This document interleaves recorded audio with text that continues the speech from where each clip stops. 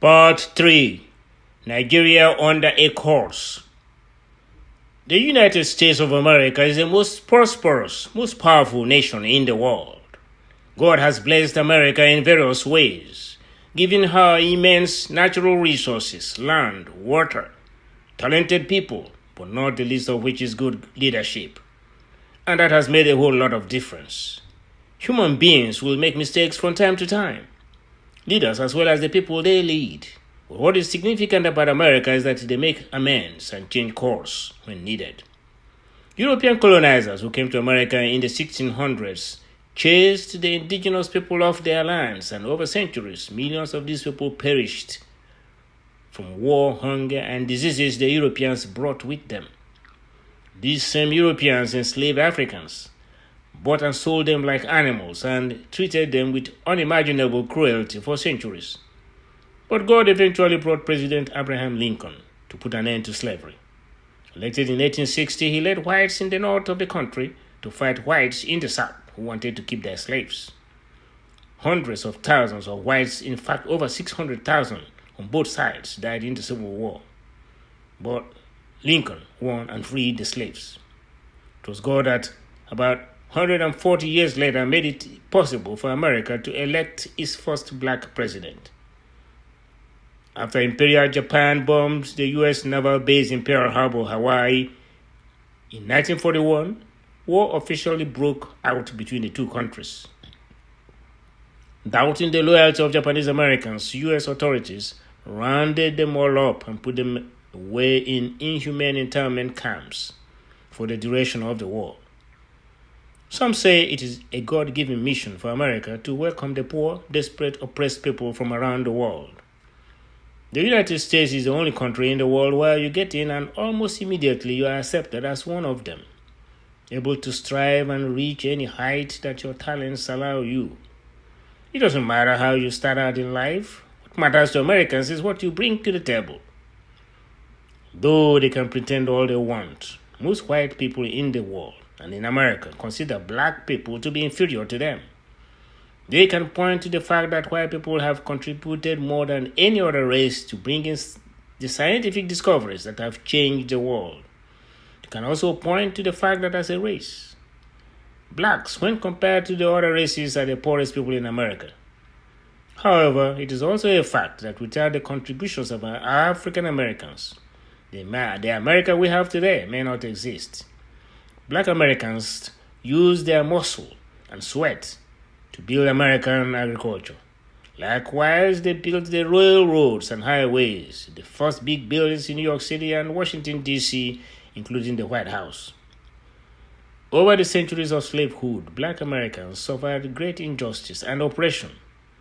The ages-long oppression and dehumanization were so damaging that the effects became wired into their DNA, as it were, to the extent that many black Americans, especially the males, have little or no self-confidence and subconsciously believe that indeed they are inferior to whites. That is, of course, with the exception of athletics. Indeed, Africans who have migrated to the United States during the last 40 years and are not burdened by the past racial discrimination and oppression that have persisted since the days of slavery are holding their own against the whites and even surpassing them in educational attainment.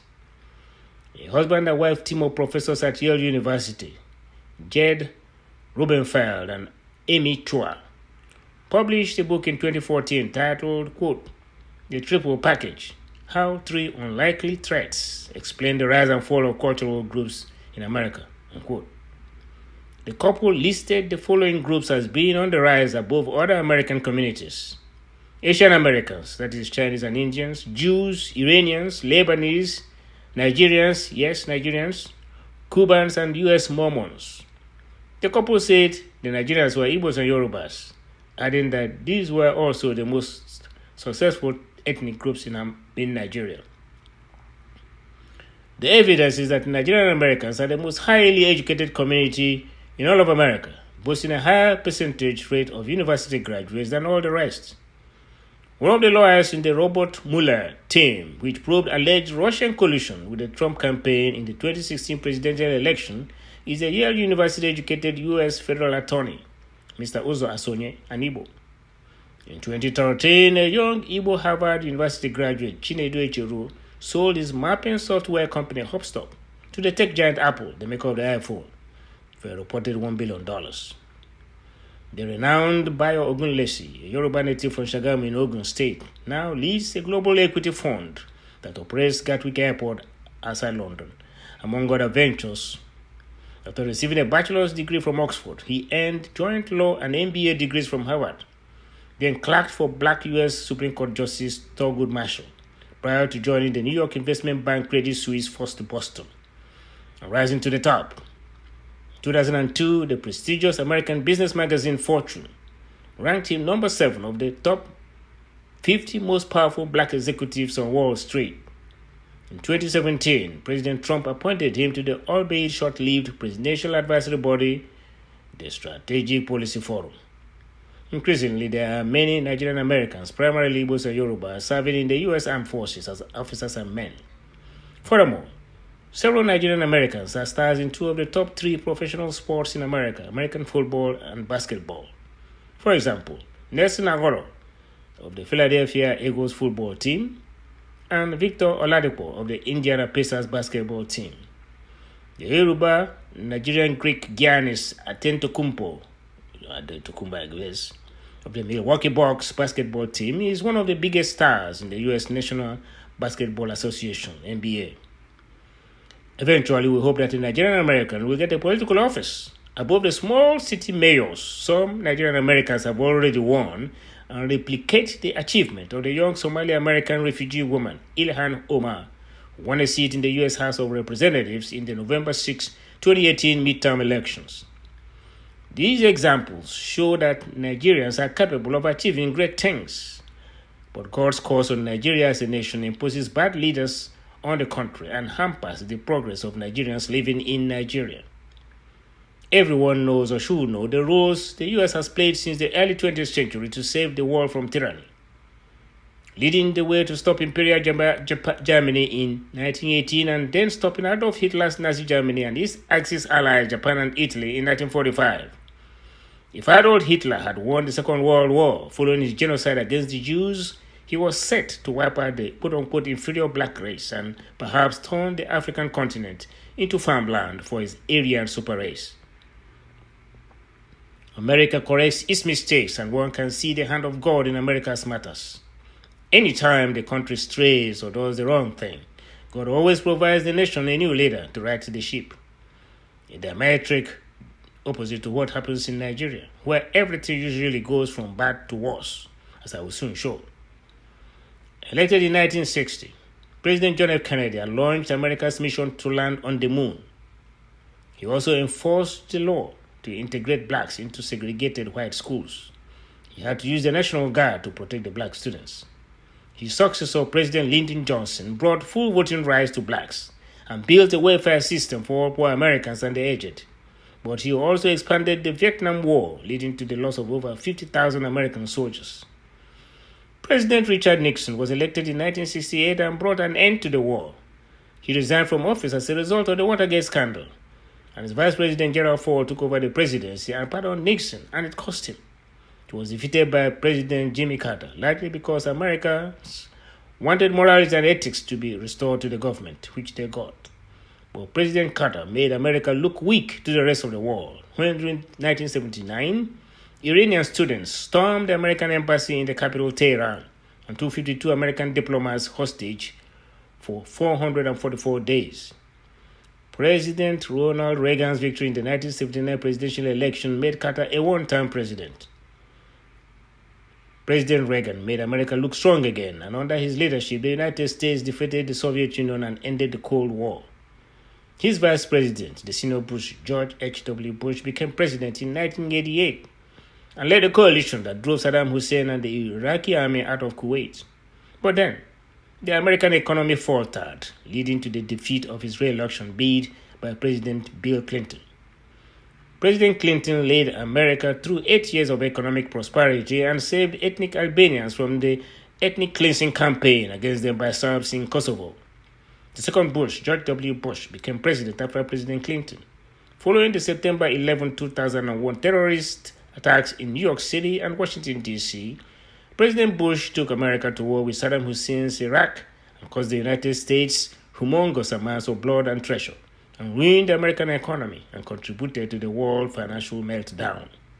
But as usual, God was watching over America. He said President Barack Obama, who not only took out Osama bin Laden, Al-Qaeda's leader, the mastermind of the terrorist attacks in New York City and Washington. His leadership also brought 8 years of economic growth to the United States. But President Obama took a very liberal stance on social issues, going against Christian biblical teachings with regard to homosexuality and same-sex marriage, turning civilization on its head, which spurred a backlash by a vast number of Christian evangelicals. God brought in President Donald Trump to halt the counterculture movement and block the march to a genderless society. You can trust that God will, after President Trump, bring in another president who will heal the current deep divisions in American society. It may take a while sometimes, but the U.S. corrects its mistakes and does atonement. It took several decades, but the U.S. eventually apologized and paid financial compensation to the Japanese American families, which were sequestered in internment camps during World War II. American governments over the decades have established various forms of assistance that compensate blacks for their suffering during slavery and their continued suffering from the after effects of slavery, although an argument can be made that nothing that has been done so far is enough. America has also shown that it is also kind in victory. After helping Great Britain near the end of World War II bomb to rubble German cities, especially Dresden, which was in retaliation for the earlier destruction of the English city Coventry by the German Air Force, the Luftwaffe, the U.S. was kind in victory. America instituted the Marshall Plan. The Marshall Plan, passed by Congress in 1948, was a 4-year economic assistance program valued at $12 billion then, but equivalent to $100 billion in 2016, provided to Germany and other Western European countries to rebuild. Now, let us take a look at Nigeria. Nothing ever seems to work well for Nigeria. That's what happens to a country that has been cursed. Usually a curse takes time to take root and then spread its poison. The main atrocities for which Nigeria is being punished took place at various times, but especially from 1966 to 1970. General Yakubu Gowon was a good leader for Nigeria during the Civil War, but 5 years after the war, things had begun to unravel, to go wrong. The oil boom of 1973-1974 brought in billions of dollars for unprecedented oil revenues, and Gowon admitted that he didn't know what to do with all that money. The result was the cement armada to Lagos, when everybody and his mother were given contracts to import cement for the rapid construction of the Festac Festival Village. That exposed the inadequacy of the Nigerian port system, as hundreds of millions of dollars were paid by importers in ship demurrage costs. He launched the Udoji scheme, an economically unwise boost of the salaries of civil servants that could only be predicted to cause inflation. However, Gowon also did some commendable work on the highway system and in funding higher education, whereby Nigerian universities rank high in the world. His government also built refineries and petrochemical plants. Having Chief Obafemi Awolowo, a man of considerable acumen, a lawyer and a holder of a first degree in commerce as finance minister, kept Nigeria out of debt during the Civil War. Replacing him with the Northern Shehu Shagari, said to have a grade 2 teacher certificate, wasn't the best idea. Public angst with the strikes and corruption scandals affecting some ministers humbled Gowon's government in 1975 and gave soldiers who thirsted for political power the reason to overthrow him in July 1975, almost to the day that he seized power from General Agholor 9 years earlier. Murtala Mohammed, who came to power, claimed that Gowon's main fault was Gowon reneging on his pledge to hand power over to civilians in 1976. Gowon had argued that it would be foolish to hand over power to the same corrupt politicians who had been sacked in 1966. Murtala Mohammed was assassinated 6.5 months later, serving as head of state for almost the same length of time that General Agholor had served before being assassinated by army mutineers led by this same Murtala Mohammed. His deputy, Major General Olusegun Obasanjo, became the head of state and started applying the brakes on some of the most extreme reforms championed by Murtala Mohammed. Obasanjo's government did a commendable job of putting Nigeria on the path to industrialization, a feat he will fail to achieve in his second coming in 1999. His military administration built Tin Can Port, the Murtala Mohammed National Airport, automobile assembly plants, steel rolling mills, He set up this national shipping line and upgraded the fleet of Nigeria Airways, among other accomplishments. However, the man who succeeded General Obasanjo after a democratic election, Alhaji Shehu Shagari, did not win the presidential election of 1979, definitely not on the first ballot. The proper thing that should have been done was for there to be a runoff for the top two vote-getting candidates, but so as not to be seen as a tribalist. Obasanjo, despite all the powers of a military dictator at his disposal, instead chose to cheat Obafemi Awolowo of that opportunity. So instead of Nigeria electing either of Agholor or Nnamdi Azikiwe, who were both very qualified, they ended up with the least qualified, Shehu Shagari, who had even earlier declared his preference to become a senator and not president. President Shagari came in and his rule was predictably a failure. Just as Yakubu Gowon had feared, the same politicians in power in 1966 returned to corruption and massive rigging of elections. Oil prices sank in 1981 and 1982, exacerbating the economic problems. With Shagari using the expulsion of Ghanaian workers from Nigeria, the Ghana Must Go episode, as a method to stop the economic slide. The rigged August 1983 general elections gave some military officers such as Ibrahim Babangida, Buhari, Guzo, and Bako the reason to strike and remove Alhaji Shagari, taking their inspiration from Flight Lieutenant J.J. Rawlings' return to power in Ghana. These military politicians robbed the country the organic growth of democracy and the chance for Shagari to correct his mistakes and do better in his second term. Ordinarily, Shagari was a good man, a decent human being, a patriotic Nigerian, just ill-suited for the job. I will conclude this message in part 4. Please continue to watch and listen. Thank you.